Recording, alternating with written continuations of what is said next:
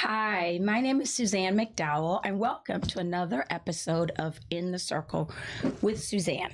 So, it's been 2 weeks. The last episode we had was a tribute to my very dear friend, Jill Tracy. Love you, I know you're in heaven making things happen. So, since then, I have been to Africa for the very first time. I went to Ghana. And it was lovely. Ghana is like a big Jamaica. A lot of Jamaicans came from Ghana. And I had a wonderful naming ceremony. So my new name is Adjoa Setwa, which means warrior born on a Monday. So I'm very proud of my new name, Adjoa Setwa. So that's how you can refer to me from now on, is Suzan McDowell, Adjoa Setwa, Queen. Anyway. It's Art Basel. I'm so excited that it's Art Basel. It's one of my favorite times of the year. And you know, my agency, Circle of One, we produced the Art of Transformation, beautiful exhibition in Opalaka. And this year we have 7 exhibitions over 2 blocks and 5 days. So it started yesterday, Wednesday. Today is what's today? December 5th? Today's December 5th, yes. And so it started yesterday, it runs until Sunday. But instead today, we are going to be in studio.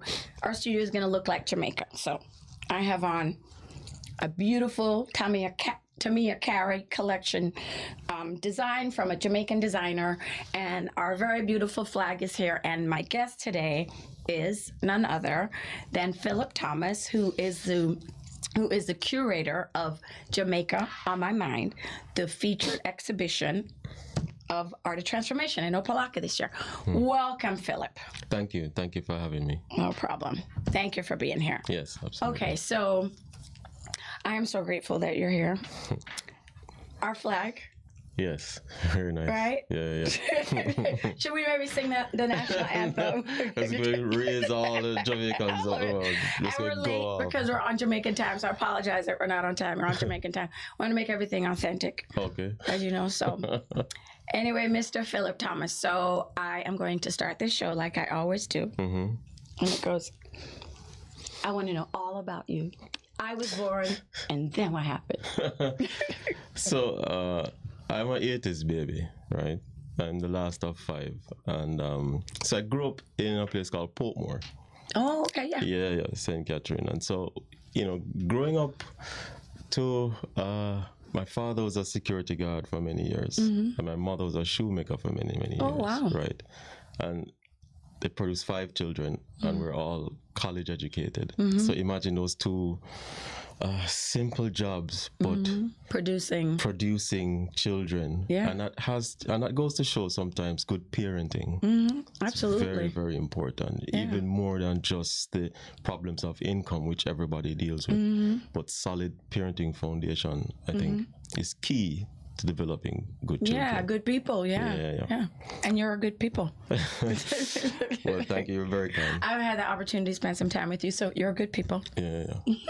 Right. So, being the last, you sort of given free rein to do. Oh, you were the baby. Yeah. You had free rein to do whatever you want. So, how I became an artist, sometimes when you allow children to, do what they want to do and not sort of control them, then that creative energy continues. Sometimes parenting can shut off the creative energy of a child. Absolutely. And so my parents, they were open enough to understand, what that might entail and so on. So was that, okay, so you're in Portmore and you're a young man. At what point did you realize you were creative and an artist?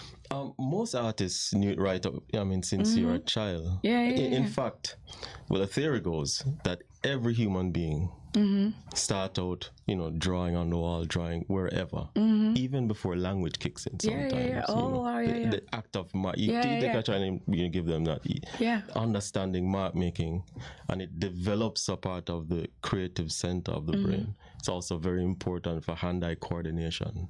Oh, wow. Right. Which is an interesting problem in that how education was back then, where the handwritten text was very important to memorizing what you're writing. Yeah. Now everybody types everything. Jamaican education, a very serious thing. Very serious thing. Very serious. And so the shift in typing it has created a different way of understanding. Oh my God, a different way. Remember we were talking the other day about the language, about, just the way that the language evolves over time based on your environment. So, so your dad was a security guard and your mom was a shoemaker. So, do you like shoes? Like, are you a shoe fiend? Well, I'll tell you a story. So, every shoe I wore, growing up, was made by my mother. Your mother made your shoes? Yeah. Like with leather and thread and stuff and heels and... Yep. What? And she was phenomenal. What? But it gives you a different kind of pride. Of course. Sometimes when when something's made with love, you just didn't take it off by a your shelf. Mom. By your mom. And so you learn to appreciate things. Yes. At a fundamental level, and so you don't take things for granted as a result of that. Then I went to high school, and that was a whole other situation because I went to Mona High. That's quite a ways out from Portmore. Not Mona Prep. Mona High. Because I went to Mona Prep. You went to Mona Prep. There's nowhere near Mona High. I was like, Mona High? How did I miss Mona High? So, it's a interesting experience in high school because Mona High at the time was a premier art school. I didn't know just going there. It just kind of turned out that way. And we had a chest filled with awards from, all sorts of art competition. Wow. And my high school teacher, Miss Brown, who she passed away a couple of years ago. She was a tough drill sergeant of a teacher. Jamaican teachers. Don't underestimate the power of a teacher. No, my God, my mother was a teacher. I understand. Teachers are profoundly important in shaping children's lives. Yeah. And so I was very fortunate with my high school teacher. Was Mrs. Brown? Yeah. Ophelia Brown. Ophelia. That sounds like she's a tiny woman, name. But she fills a room like a giant. What do they say in Jamaica? She look about your Talawa. Yeah. So, and that was a profound experience. I also, I started to study engineering drawing back then. So I was going between engineering drawing and the art department. You know what I mean? Of course, you settle all your other CXCs, O-levels, whatever the case may be. But those are my primary spaces that I occupied in school. And... So that's like, that's like a right brain and a left brain. Yeah. So which gives you a good sense of balance. Gives you a good sense of balance. So, for instance, I don't know if I said it earlier in the talk, but so my siblings, they're all sort of scientists, mathematicians, things. Yeah. Sister that's a biochemist. Wow. All of you? Yeah. That's nuts. So this is why it was sort of easy for me to study engineering. Oh, because But then my passion is really in the fine arts. And so I was able to sort of toggle back and forth between two things for a while. Yeah. Then... your parents must be so proud. Yeah. Of all of you. Yeah. Like what? They're 5 engineers and an artist? Yeah, they're very... Like your artist thing's like a bit of burrata. You're going to try to throw in my Jamaican word. As a Jamaican, I just try to throw it in so nobody gets confused. Yeah. Anyway. So, it was fun growing up. I really had a really good time growing up.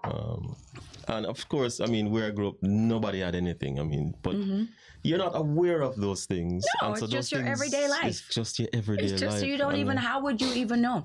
And which is something I'm concerned about, people now who have all this access to so many things that they don't have.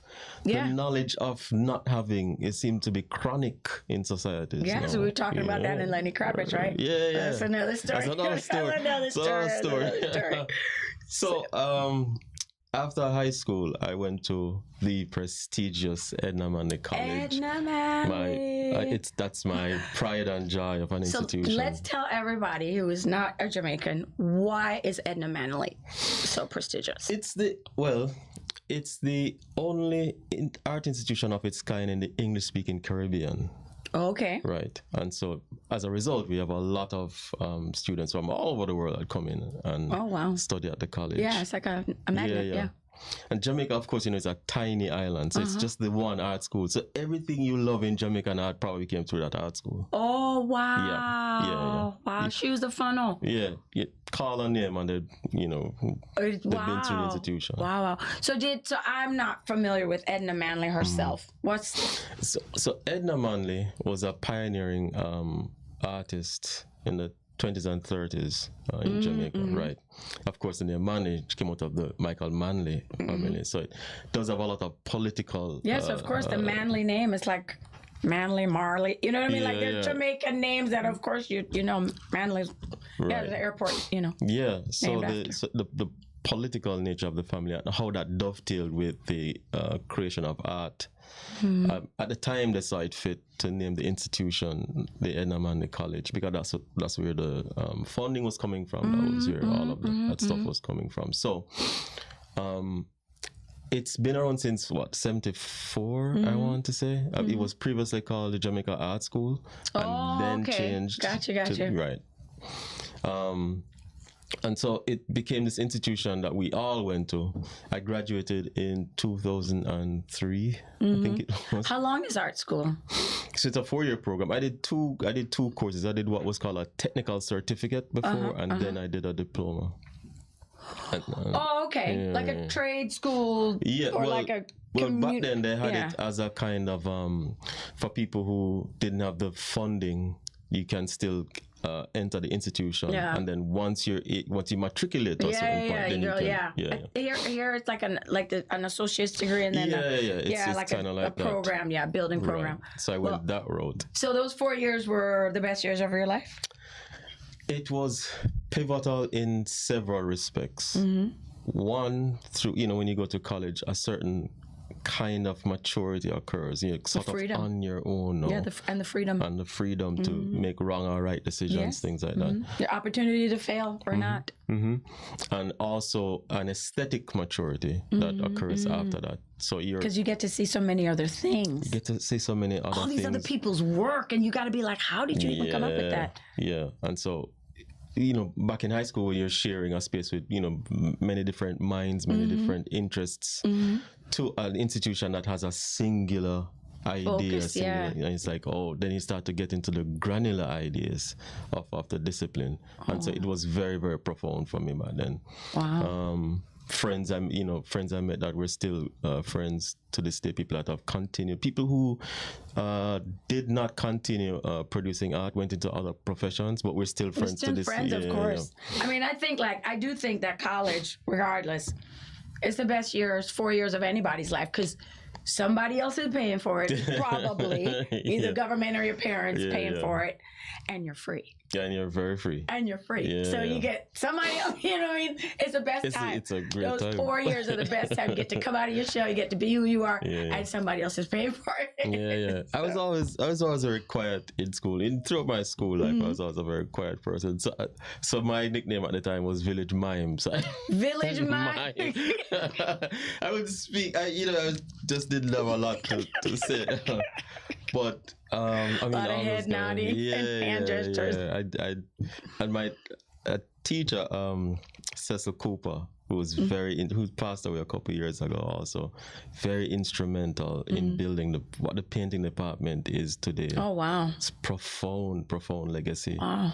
And now the head of the department is Mr. Omari Ra, who is in the exhibition today. And is he Jamaican? Yeah, man. Good. Yes, sir. I'm sorry. I didn't realize. Yes. But I'm supposed to. Don't tell anybody. There's so many artists. It's a lot of artists. Listen, we have so Art of Transformation, 7 exhibitions. How many artists are in each? I can't even. That's why I'm so grateful I know you, because then you bring all these other people. I'm like, let's just go straight to the top. Yeah. So your time at Edna Manley really shaped you. Yeah. So then you told me a story yesterday about how you came to be renowned and famous. Is it famous or infamous? I don't like to use those words. Okay, I'm using those words because I have way more words. All the words you didn't say, I've been saying. I have them. So you didn't use those words, but I did. Tell me about that. Well, okay. So my final year project at the Edna Manley College, at that time, there was a police killing in a place called Brayton. So 7 young men were killed by law enforcement at the time, and their ranges between the age of I think it was 17 to like mid-20s, young men, kids, young men. And so of course there was this sort of massive outrage in the society, massive outrage in the society. Police brutality has been a thing. I mean, we've gotten better over the years, but it's always been this undercurrent thing. And when those guys were killed, I decided that I was going to do a painting about this thing. And I started working on the imagery, with the notion of, what the society thinks of the killing. And so Brayton is not very far from where I live. Okay. Right? And so I went over there and saw the actual house where this happened. Oh, wait, they all got killed at the same time? Yeah. They were all executed in the same house. What? Yeah. I thought it was like a strict... No. They were all Somebody killed... Wait, police... Okay, I'm sorry. I'm going to calm down. Yes, hold on. Let me take a sip, bro. Yeah. Wait, what? Okay, so that's terrible. And they figured out that police just randomly killed these 7? Well, of course, what was in the papers was that they were engaged in a shootout between the police. Oh, got it. Right. Which is not true.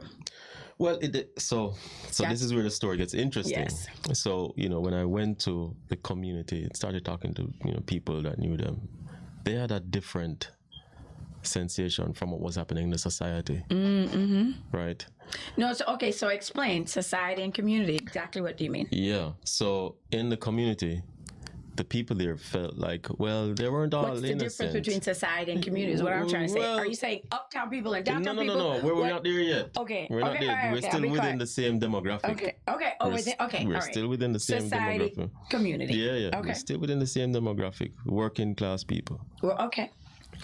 And so the folks there felt like, well, they're not all innocent. Do you know what I mean? I mean, I can see how that could. But then, so now you have 2 narratives. These 2 thoughts. Operating simultaneously. And so I started the painting thinking, this is a terrible thing that happened, blah, blah. And now I'm engaging the image with more complicated problems, far more complicated problems. Yeah, police brutality is like... And so the work kind of took a turn to not simply get on your sort of moral high ground about, and I learned a very valuable lesson painting that thing, actually. Wow, what valuable lesson? Well, life is way more complicated than the soundbite.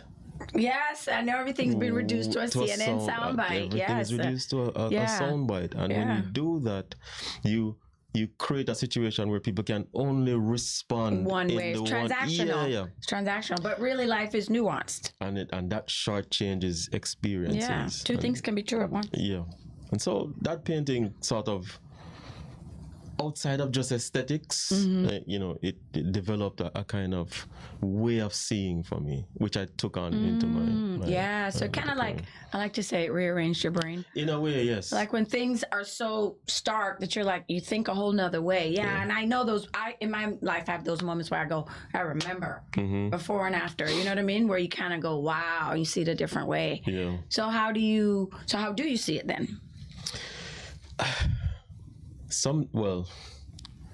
When you're dealing with Black bodies, you have to be very careful about how we trivialize death through, because the narrative of police brutality has its own kind of life. It gets put in a particular kind of box very quickly, and lots of innocent people get called criminals. Gotcha. You know what I mean? And so because the box is so definite. Yeah, because of the soundbite. Because of the soundbite. Yeah, it's like a little, And so because Black death is so sensationalized on television, we have to be very careful with how we treat with these things. I think. When you were saying that, the first thing that came to mind was Strange Fruit. The very first thing when you were saying that, I was like, when Black bodies, remember Black bodies twisting? Yeah. Black bodies. That's a whole nother conversation. It's a whole other conversation. Yeah. So, I mean, this is why Emmett Till's coffin, that image really started the civil rights movement. The disposal. Yeah, it's insane. The disposal of it, the fact that it's like you might as well be like crumpling up a paper bag. Right. Disposal. But then in the US, where you have a particular kind of history with race, and the starkness between police brutality here. And how that's treated upon the black population in your country, as opposed to in Jamaica, where it's majority black society. It's a black society, a whole different thing. Right, and so when that occurs, we start to see it in a completely different way, even though it's the same death. It's the same action. It's the same action. Somebody who has power is abusing their power and unconcerned and happy to kill people and pretend like they didn't do it. So what is that? So those are some of the things that I was thinking about when I started making a lot of my more political works. So then you made this beautiful painting, which we took a picture of, together yesterday. Beautiful. And then it propelled you to where? So I got a scholarship from the Chase Foundation in Jamaica. It's an organization that sponsors arts. It's a cultural organization generally. And I went to the New York Academy of Art to do a master's there. That must have been exciting. It's very exciting. Oh, wait. I'm sorry.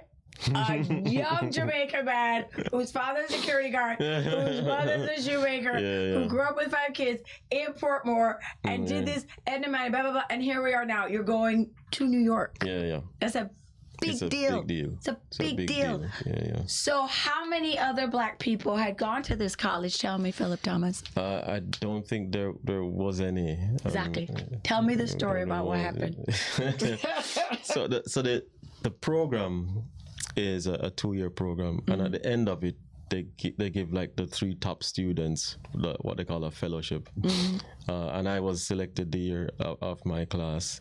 And so I didn't really know this, that this was a really big deal for the people that worked there, because the entire black staff, they kept a party down. I was like, what? And they were going off. Oh, gosh, man. I bet they made so much food.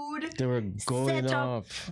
Okay, so how many people? So you're at the New York Academy of Art, and you graduate. You're like, yay, graduate. Yeah, and I feel good. I feel accomplished. Out of nowhere, all the black staff that you don't know. I didn't know that this was a thing. But it's a thing. I didn't have a point of view to understand. Well, not only that, but I think and people really don't understand it, because we grew up in a culture that's all black.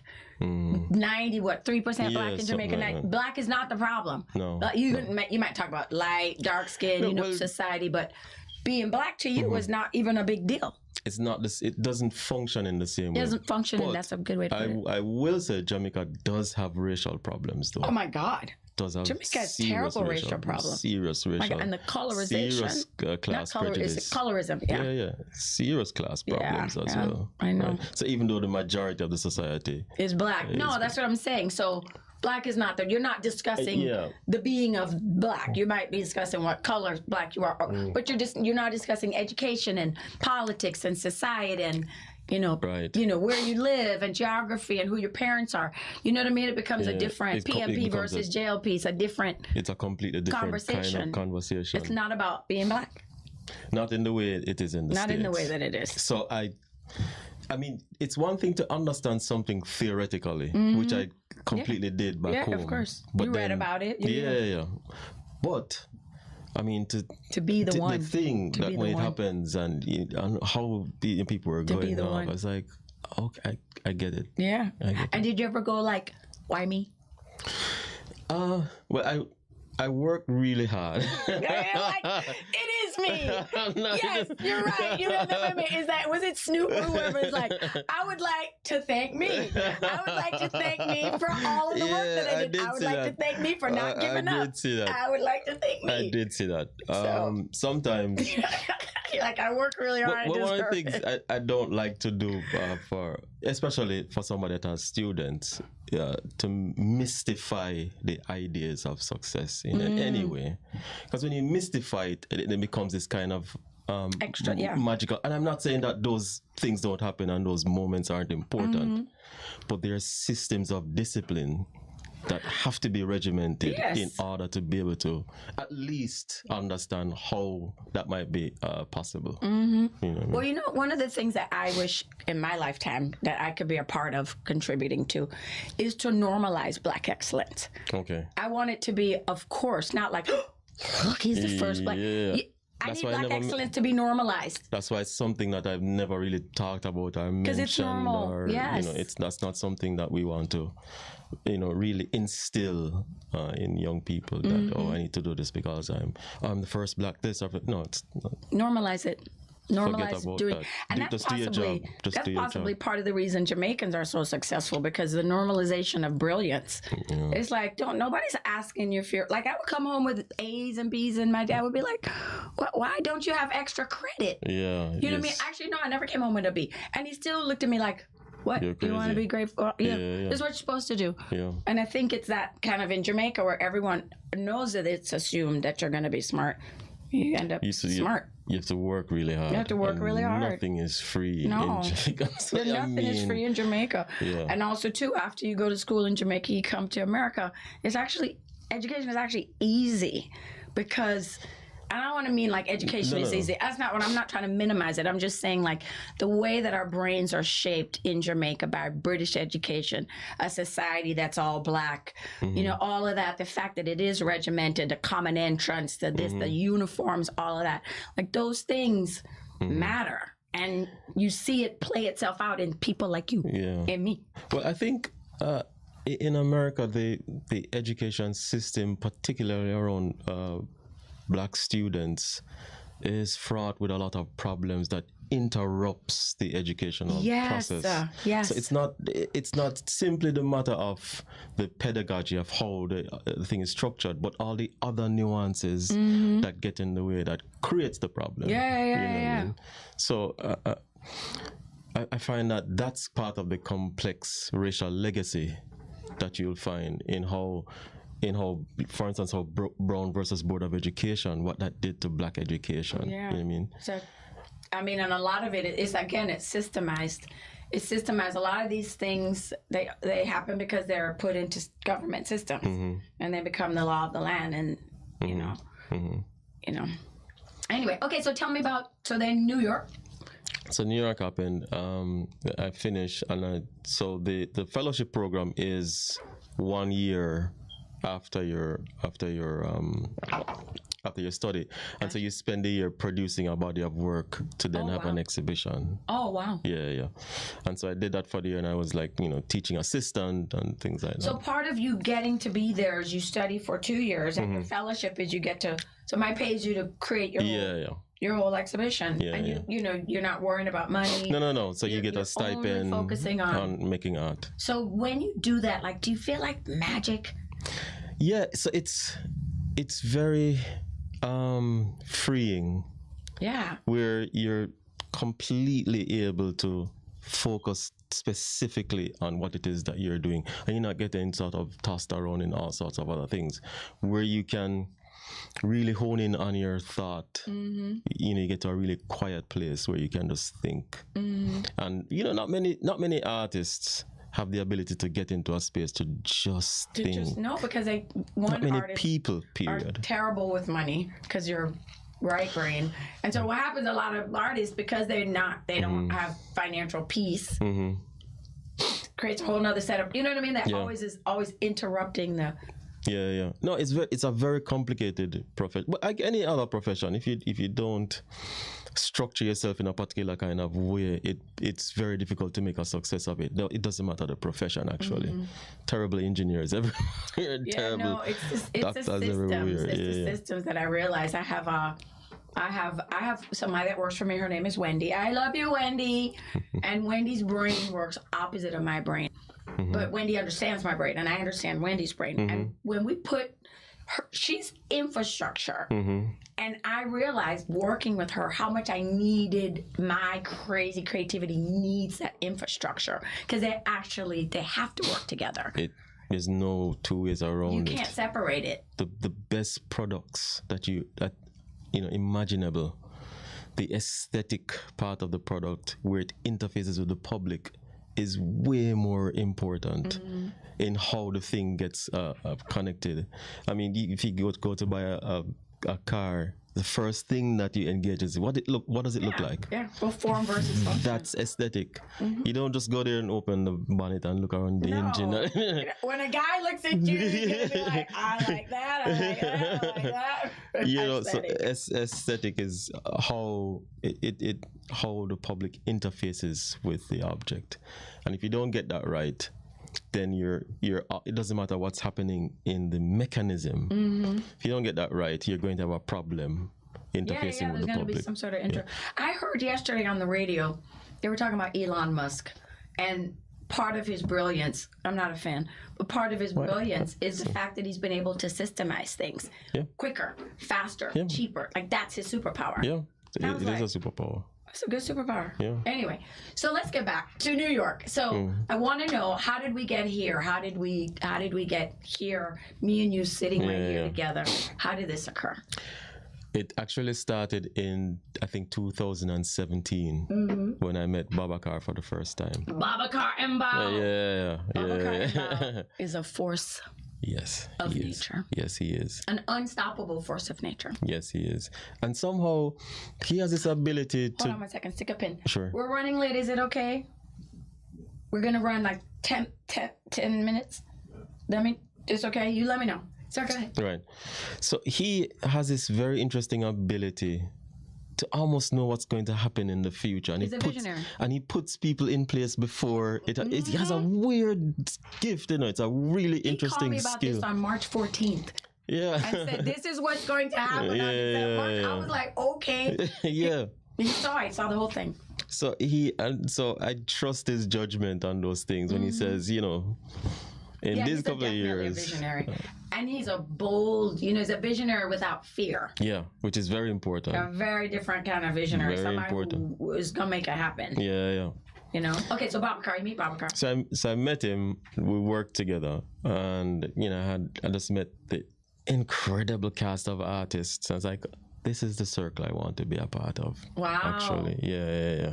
So you saw these artists and you realized you have found your people. Yeah, I found my people. Got it. Yeah. And so, we kept in touch, share articles, he'll send me things, just to get our brains calibrated around different projects, different ideas. And then he came to Jamaica and said, Phillip, we need we need you in Miami. We need you in Opalaka. There is something coming up. Get ready. So our client, Dr. Willie Logan, 10 North Group. That's right. So the Art of Transformation, Circle of One, on behalf of Logan, we started Art of Transformation in 2012. Okay. We're in 2024, and it's 12 years later, and 3 years ago, 2022, the Art of Transformation became an official Art Basel event, at which point Logan kicked the whole thing into high gear. Yeah. So now here we are. The Art of Transformation is in downtown Opalaka from December 4th, which was yesterday, until December 8th, which is Sunday. We have 7 exhibitions, of which yours is Jamaica on My Mind. But we also have, at the historic train station, we have the Siriki Key sculptures. We have the Tales of Opalaka by Alex Van Meckel. We have the In the Praise of the Blues at the Arts. We have the VFW Garden, the Garden of Humanity. The Sculpture Garden, yeah. We have the And Is Photography, Black and White by Melissa Hunter in the Hurt Building. And the cherry is the big, is Jamaica on My Mind, which is you. So tell me, how many artists do you have? Well, we have 18 artists. and it's curated across several generations. Oh, okay, so it's a generation. Yeah. So we go as early as Kofi Kaiga, who's still around, thank God, and all the way down to somebody like Tuesday Stewart, who was a student of mine, graduated last year. Oh, wow. Yeah. It's like a full circle. Complete circle. Got it. And so the only way I could tell the story about what's happening in Jamaican art now, both on the ground and in other parts of the world, is to do it in this sort of I don't want to say chronological way, but in a generational way to show how, which is also chronological, but it's with a different sensibility. So it's not simply who came before who, but more so why and how. What was the politics of the time that led into? Like how did it? Right. So it's curated in that kind of a political lineage, more so than just numeric. Got it. Very interesting. And the it's in a 80-foot pavilion, big tent, and we, like I said, we've been doing this for a long time. It's beautiful exhibition. Thank you. So I have a client, a very fantastic, prestigious client. He was there yesterday, and I was like, which one is your favorite exhibition? I put her on the spot. Which one is your favorite exhibition? And then right after she said, oh, my favorite part was listening to Logan. Yes, I know, he's a genius. Yes, we know. She's like, I think out of the 7 exhibitions, Jamaica on my mind. I was like, oh my God, my Jamaica? No way. And we win again. So. No, I got lots of people that came up to me last night, and we just had a good time talking about the show and the work. So the work that you did, the exhibition. I'm so proud. I am very grateful to be on this journey with Dr. Logan and 10 North Group. Yeah. And now you, because now you and me together forever. I know you know. Yeah. Kinshasa has brought us together. Kinshasa and art. Yeah. So where can I should tell you that since I'm the publicist. So if you want to attend the Art of Transformation, you should go to 10northgroup.com or 10 North Arts on Eventbrite. You can follow us on IG at 10 North Arts, and you can get all the information, the schedule of these 7 exhibitions over these 2 blocks, 5 days. So, but Phillip, Thomas, how do I find you? Right now, I'm fascinated in front of my computer, like, oh, I'm gonna know who that is. How do I find you? I'm not a social media person. I mean, I do have an Instagram account, which I haven't posted on for about 2 years. It's okay, I posted on it. Don't you worry. I posted lots of stuff for you. I don't even have a Facebook account or anything like that. It's okay. Yeah. You're gonna have but one. I'm easy to find. I'm easy to find. Yes. Yeah. So, is there a website? No. No website? You really? Okay, all right. So you're not, okay, great. You really don't want to be found. If you want to find him, call me. I know how to find him. So, well, thank you, Phillip. Thank you. I truly appreciate it. Thanks for having me. No problem. I'm glad you're here in the circle with Suzan and celebrate Jamaica on my mind. So I feel like we should end with the Jamaican national anthem. Eternal. Are you really going to? Are we going to? Is this our calling card? It's like the bat signal. We're just going to congregate. We're not going to sing the Jamaica national anthem, but thank you so much for coming in and big up Jamaica. And please go and see Jamaica on My Mind at the Art of Transformation in Opelika, December 4th through the 8th, 2020.